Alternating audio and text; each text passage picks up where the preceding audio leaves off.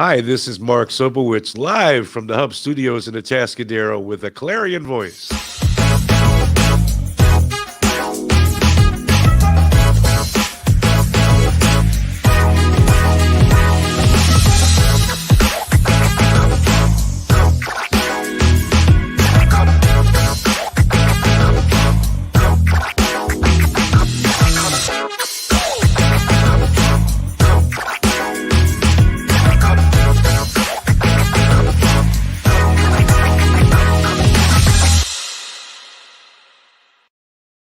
Today, this is Mark Sobowitz with a clarion voice, and in case you're wondering, my voice is a little bit raspy because I'm dealing with the elements of cold.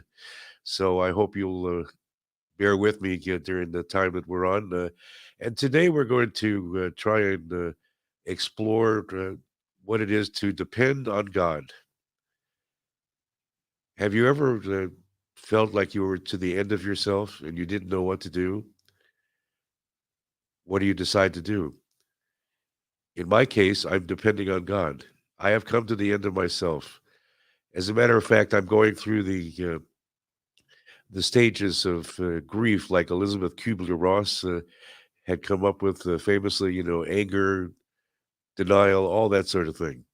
That's what I'm coming up to. But the point is that after all that's said and done, I need to depend on God.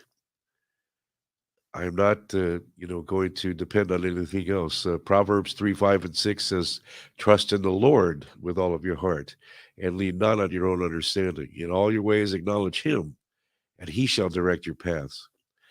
And I have been getting a lot of encouragement and a lot of positives. And I really do appreciate from those of you who know me and know my situation. I'm not going to go into the details because that's not the point. The point is that we need to depend on God and not on our own devices. A lot of people think that they can solve their problems by, using whatever wisdom or knowledge that they have. Not true. God is the one who's in control. If you don't know that by now, then I suggest that you, read the Bible a little bit more. Good morning, Mike. How are you? Oh, good morning. Hello. I just So wanted to we get are here your in the studio just wanted to with get your me, point of view. and we have Debbie Buckheim here on the switcher. Thank you, Debbie. Thank you, Debbie. Yes. And always appreciate a little bit more help. So anyway, depending upon God, yeah, deep subject. So I almost kind of shouted out there when you were saying that. Um, uh, if you're thinking about, figuring it out on your own, lean not Yeah. on your own understanding, because you won't figure it out. I heard this story recently where this neonatal situation the baby had, uh, there it needed some kind of infusion, and I don't understand because from what I know, because we had that situation with my son Bryce, is that they use little butterfly needles and put them into the skull to find the veins. That was like the easier place to put them, but maybe Right. they couldn't do that. Right. So they're trying to find a vein in the baby's, I don't know, foot, leg, arm, someplace, and or wherever they were doing it. And the father was looking at this, going, "Oh my gosh, this baby has no idea that we're trying to help." Interesting. It's going through all of this pain but has no clue that what they're actually trying to do is help. As a young boy, and I would say, well, I think I was 4, maybe 3, but my dad was mowing the lawn. We lived in Ohio at the time, great lawn, and as smart as my 3-year-old self was, I just started sticking grass in my ears. Don't ask me why. I just loved the fresh mowed lawn, and it was hanging out like any other kid, and I started shoving it in my ears. Well, Right. what had happened was, they took me in, to make sure I didn't have any grass stuck in my ear that they couldn't see, right? And or any foreign object. And so they take me to the emergency room, and it took 4 grown men to hold me down. Really? Because I was scared to death. I don't know what the heck they were doing. They got all these people. I'm in a strange place, and no one is explaining anything to me.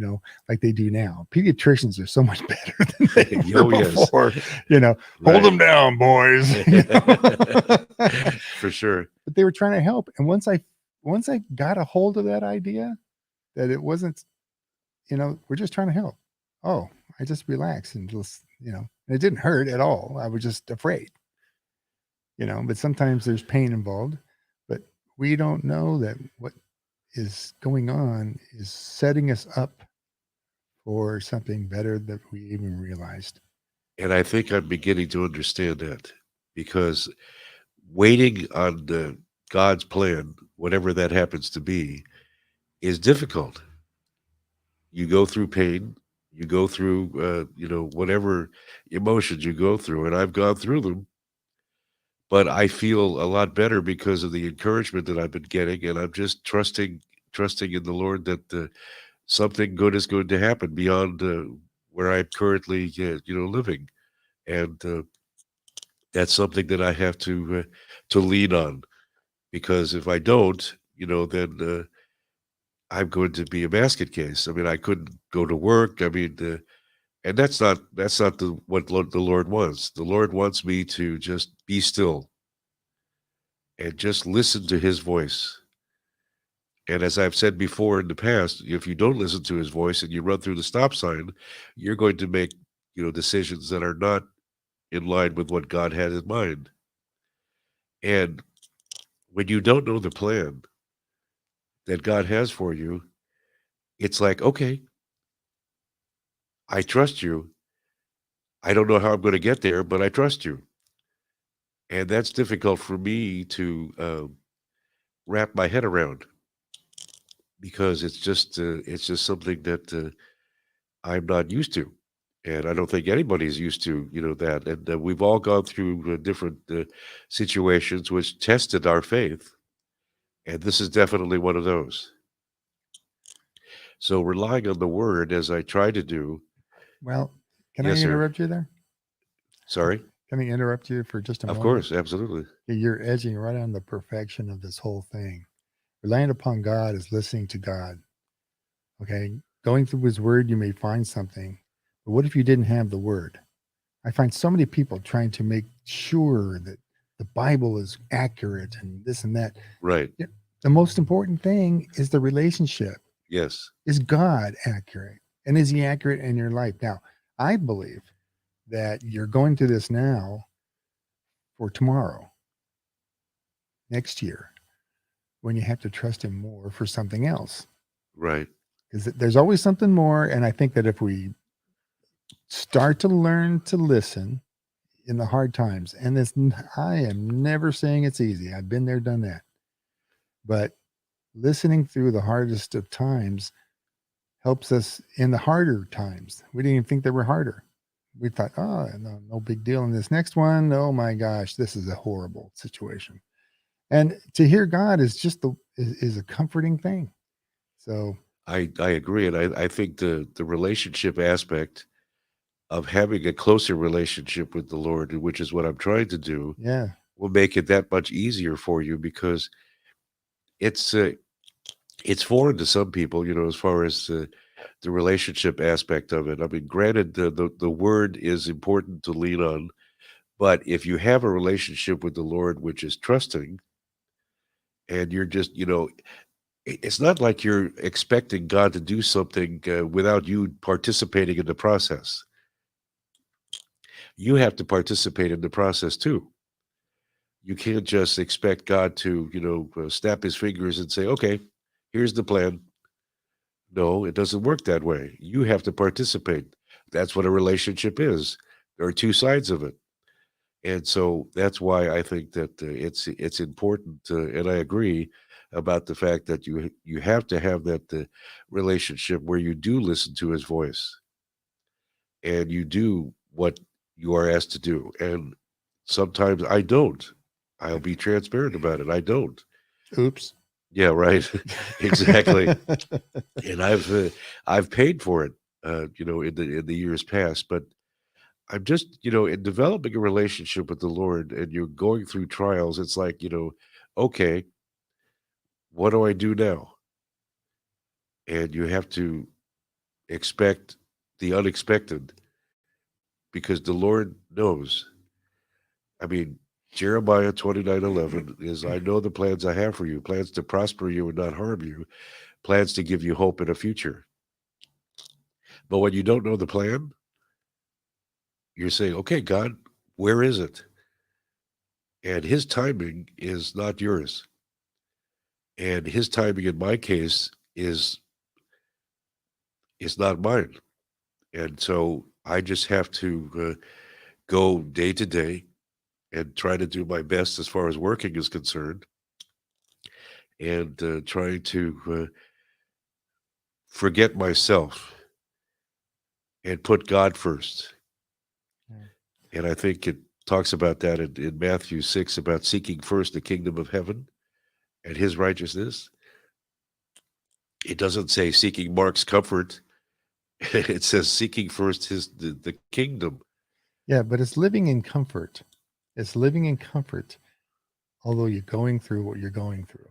And you can do that by letting go. And again, a hard thing to do, but it's just taking that deep breath and saying, okay, I'm depending upon you. I'm relying upon you. And you're like that baby, Yeah, right, you know, you can go kicking and screaming, right. but there's a point at which you're going to calm down because you know you're getting the whatever you need, you know, Well, here's the that's thing, best for though. you. I was thinking, I was sitting on the couch in my living room, looking out the window, and I had a couple hours of quiet time, and I started getting mad. I said, "Wait a minute, this is ridiculous. What am I, wallowing in all this? I have to, fight back." And that's what I'm trying to do. I'm trying to fight back, and not in a bad way, but to just try to be able to get through to the other side, whatever that Yeah. happens to be. Like fighting back. Excuse me, I'm so sorry. Yeah. Where's the mute button on that one? Oh, There is no mute button. This is live, so bear with me. Sorry. Anyways, it's like fighting against the fear. Fear will cause you to step out and do things to fix it. And sometimes you're stepping right into muck, yeah, So this is going to sound really good on the yeah. internet, though. So we'll have to make a decision. We're going to keep it or not. Yeah, let's keep it in there. What the heck? It's live. It's Anyways, real. It's raw. yes, sir. But anyways, I just hope that you develop a relationship with the Lord, which is trusting enough to let Him decide what He wants you to do, and that you just have to be obedient. Yeah. Just again, you get let go. Right. Let go of that feeling to try to take charge. That's the hard part. Yeah, because a lot of people want to take charge. Yeah. I recently there's a solution. And I say this now. This is okay. So just give me a moment and I'll figure this out. That's like my favorite line now. Just give me a moment. You calm your heart. You don't get frustrated. You don't get flustered. You don't, just give me a moment. I know there's a solution.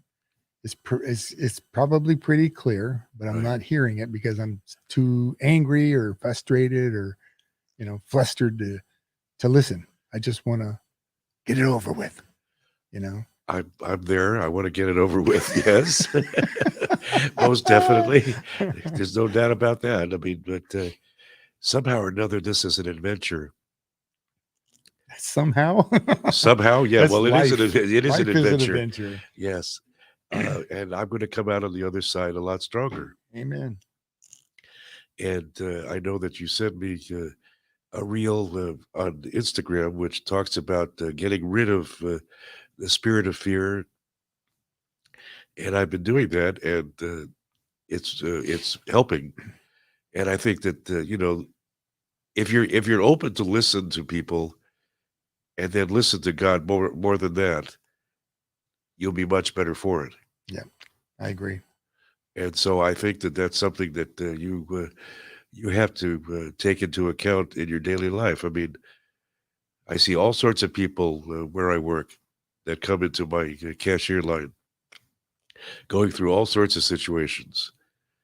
And sometimes, you feel for them and you want to help them. And so I try in my own way to minister to them by showing the nature of God Mhm.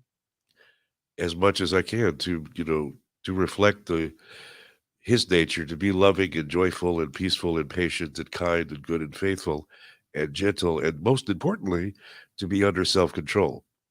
So let me tell me if you heard this one before. There's a verse in the Bible, or I would say a statement that's in the Bible 365 times. Oh, yes. I think I know the one you're talking about. It's called Do Not Fear. Do not fear. So wouldn't it be fun to find all 365, so you can do one every day? Right. So Exactly. in the midst of everything going on and battles and stuff that uh, patriarchs in the Bible are going through, God would speak and say, "Do not fear." Right.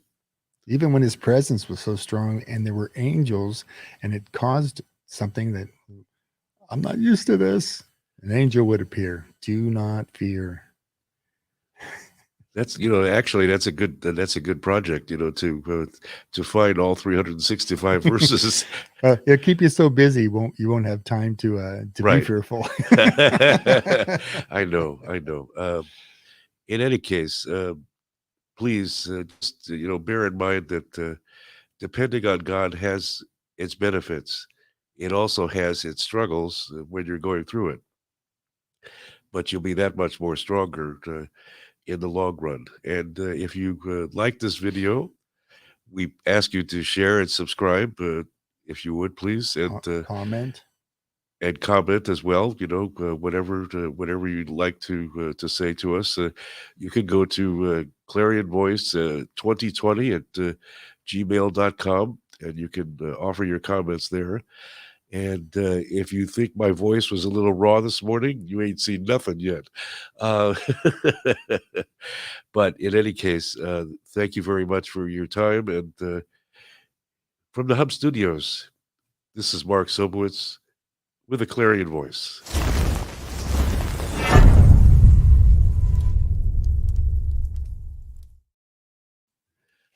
Okay, one,